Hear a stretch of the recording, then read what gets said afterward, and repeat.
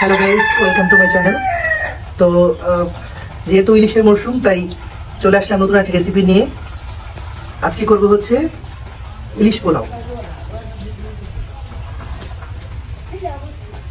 তো ফ্রেশ ইলিশ পাওয়ার জন্য আসলে খুব সকালে বাজার থেকে ইলিশ নিয়ে আসছি।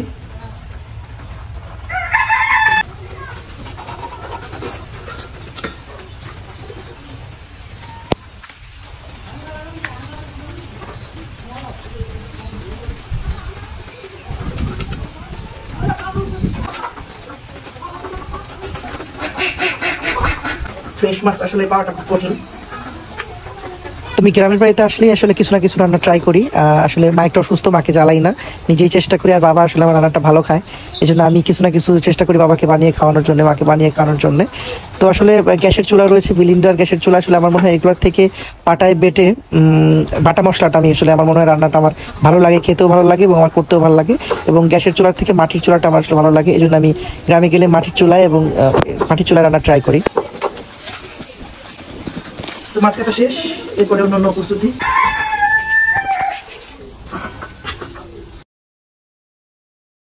যাই হোক,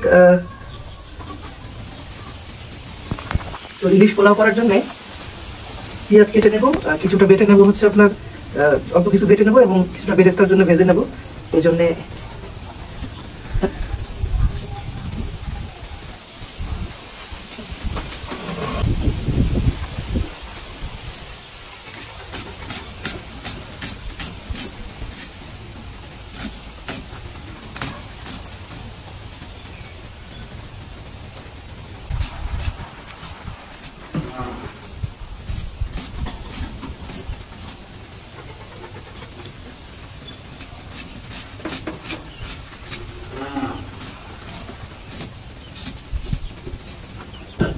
তো প্রথমে ইলিশ পোলার জন্য জিরে বেটে নেব।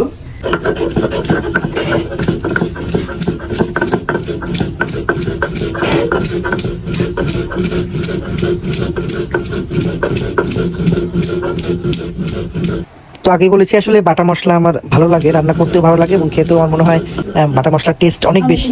তো এই জন্য আমি জিরে, আদা, রসুন এবং পেঁয়াজ বেটে নিচ্ছি। আদা এবং রসুনের পরিমাণ একটু কম দিচ্ছি, কারণ আদা রসুন একটু বেশি দিলে আসলে মাছের টেস্ট, মানে ইলিশের যে টেস্টটা বা স্বাদটা বা গন্ধটা সবই মোটামুটি চলে যায়। এই জন্য পরিমাণে আমি সামান্য দিয়ে দিচ্ছি, খুব বেশি দিব না। এবং অ্যাকচুয়ালি আমার এর মধ্যে ভুল হতে পারে, আসলে আমি যেহেতু প্রফেশনাল না, মাঝে মাঝে শখের বসে করি। তো সেক্ষেত্রে আপনারা বলতেই পারেন কোনটা ঠিক হয়েছে বা কোনটা ভুল হয়েছে। এরকম কোনো কিছু মনে হলে অবশ্যই কমেন্টে জানাবেন। এবং যারা অনেকেই বলেন যে আসলে রান্না শুধু মেয়েদের জন্য বা মেয়েরাই করে, এটা আসলে একদমই ভুল ধারণা আমার মনে হয়। কারণ আপনি লক্ষ্য করে দেখতে পারেন পৃথিবীর যারা বড় বড় শেফ রয়েছেন, এদের মধ্যে বেশিরভাগই আসলে পুরুষ শেফ। হ্যাঁ, এবং বিভিন্ন রেস্টুরেন্ট যে শেফগুলো রয়েছে, তো আপনারা একটু খেয়াল করলে দেখতে পারবেন রান্নাটা আসলে একটা আর্ট বা শৌখিনতা বা ভালো লাগার জায়গা থেকে আসলে করা হয়। এটা এক একজন পছন্দ করেন বা কেউ করেন না। আসলে এটা রান্নাটা খুব একটা সহজ না। যারা বলেন যে রান্না আসলে সহজ, এটা সহজ না। যে পুরো একটা রান্নার করতে গিয়ে আসলে অনেক সময় এবং ধৈর্যের ব্যাপার, এটা আসলে যারা করে তারাই বুঝতে পারে। এই জন্য আমি অবশ্যই বিশেষ করে মা এবং যারা ওমেন রয়েছে এদেরকে সম্মান করি। এদের যে বাড়ির কাজ, এটা আসলে খুব একটা সহজ না। যারা বাইরে কাজ করে, এরা যে শুধু কাজ করে এবং বাইরে যারা কাজ করে এদের মূল্যায়ন করা হয় না। এটা আসলে যদি তাদেরকে করতে দেওয়া হতো তাহলে তারা বুঝতে পারতো আসলে রান্নাটাও খুব একটা সহজ না। সময় এবং প্রচুর ধৈর্যের ব্যাপার, সবার যেটা থাকে না।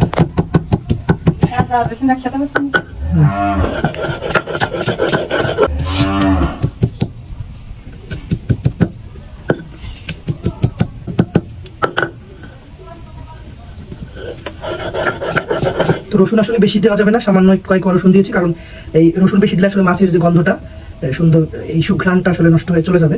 এই জন্য রসুন এবং আদা আসলে পরিমাণ একটু কম দিতে হবে।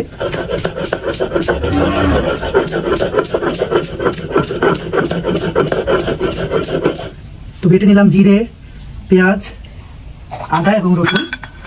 এছাড়াও রয়েছে টক দই এবং কিছু গোটা মরিচ। আসলে কাঁচা মরিচটা দিলে ফ্লেভারটা সুন্দর আসবে। এছাড়াও শুকনো মরিচের গোড়াও ইউজ করবো।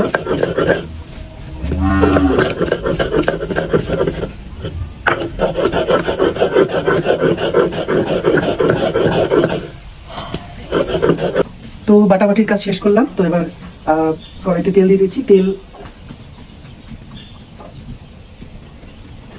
তেল গরম হতে হতে সামান্য একটু হলুদ এবং লবণ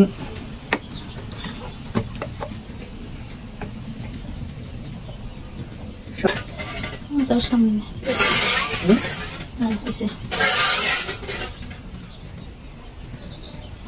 সামান্য একটু হলুদ এবং লবণ দিয়ে মাছটা একটু মেরিনেট করে নেবো। বাবা খাই না,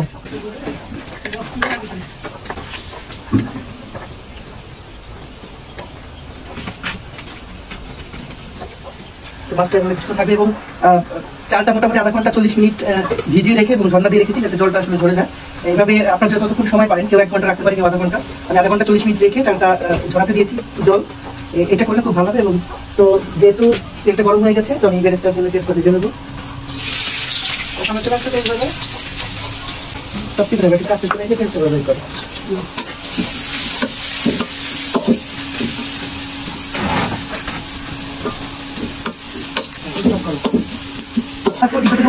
কেন দিচ্ছ? যাই হোক, বেরেস্তার জন্য পেঁয়াজ লাল লাল করে ভেজে রাখছি।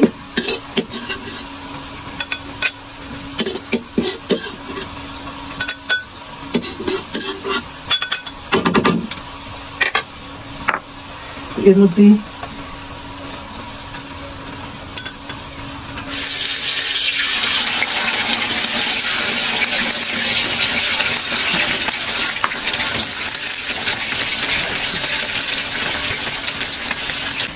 পেঁয়াজ বাটা,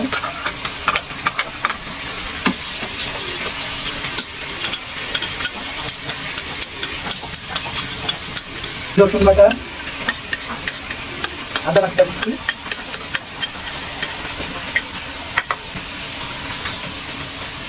রসুন বাটা,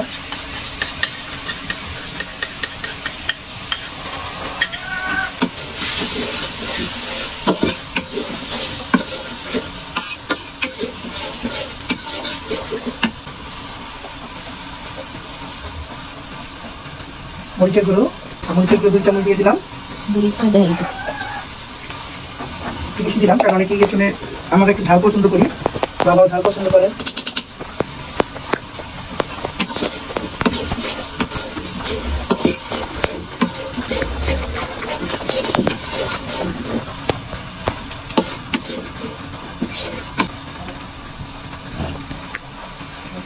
দিয়ে দিচ্ছি লবণ,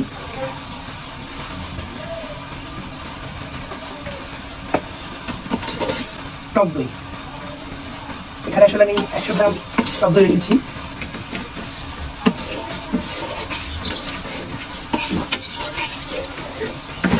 মশলাগুলোকে ভালো করে কষিয়ে নেব কিছুক্ষণ। তো 1 চামচ চিনি দিয়ে দিচ্ছি, 1 চামচ মতো। তো আপনারা চাইলে স্কিপ করতে পারেন, তবে চিনিতে আসলে এটা একটু টেস্ট বাড়ায়। তো মশলাটা ভালো করে একটু ভেজে কিছুক্ষণের জন্য একটু ঢাকা দিয়ে দেবো, যাতে ভালো করে মশলাটা একটু কষানো হয়। 4-5 মিনিট মতো একটু কষিয়ে এরপরে মাছগুলো দিয়ে দিতে হবে। তো ঢাকাটা তুলে নিলাম। আর কড়াইটা আসলে আগের একটা রান্না হয়েছে, সেটাতে একটু পুড়ে গেছিল। এই রান্নার জন্য কিন্তু পুড়ে যায়নি, আপনারা মোটেও ভুল বুঝবেন না আমাকে।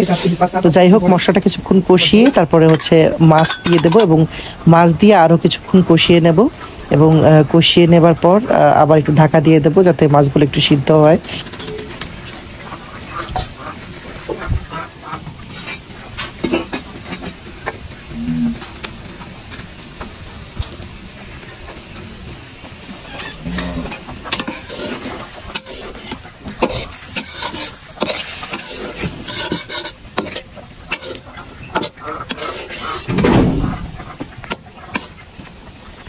মাছগুলোকে একটু ভালো করে নেড়ে চেড়ে কিছুক্ষণ কষিয়ে তারপর আবার একটা ঢাকা দিয়ে দিতে হবে।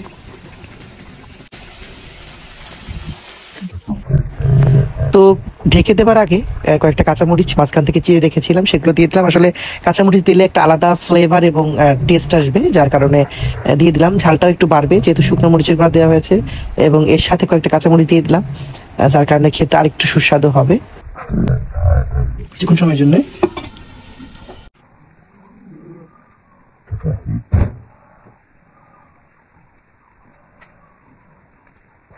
তো যাই হোক, ফাইনালি মাছের কারিটা কমপ্লিট হয়ে গেছে। এবার এটাকে নামিয়ে রাখবো এবং আগেই বলেছি যে চালগুলো মোটামুটি আধা ঘন্টা 40 মিনিট আমি ভিজিয়ে রেখেছিলাম, যাতে রান্নাটা হতে একটু সুবিধা হয়, ফাস্ট হয়। এবং ঝোলের জন্য গরম জল করে রেখেছিলাম আগে। আপনারা গরম জলটা যদি করেন তাহলে রান্নার টেস্ট আরেকটু বাড়বে।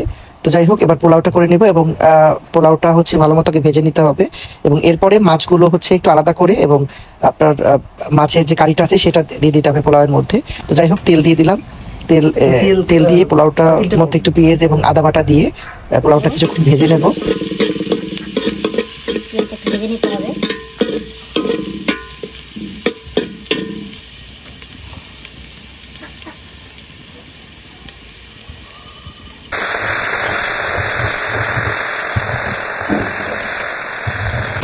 তো মাছগুলো তুলে রেখে এই মাছের যে কারিটা ছিল সেটা ভাজা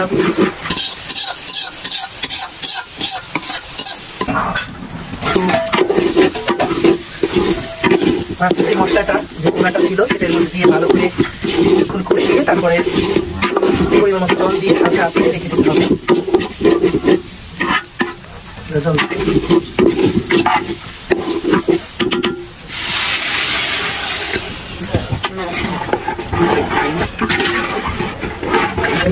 লাগবে রুটি বাটাটা খুলে একটু নেড়ে দিতে হবে, যাতে নিচে লেগে না যায়।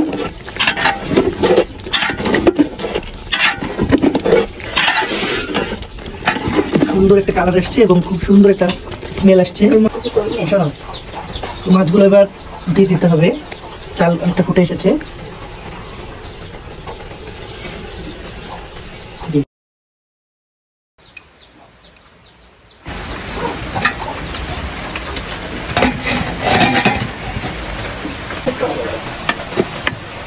তো মাছগুলো আসলে ভেঙে যেতে পারে, এই জন্য মাছগুলো তুলে নিলাম। এবং সুন্দর ফুটে গেছে, আসলে খুব দারুণ এসেছে, আপনারা দেখতে পাচ্ছেন।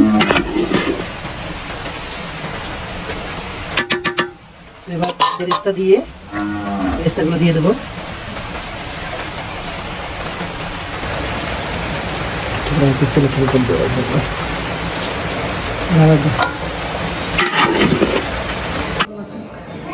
তো ফাইনালি ইলিশ পোলাও রেডি।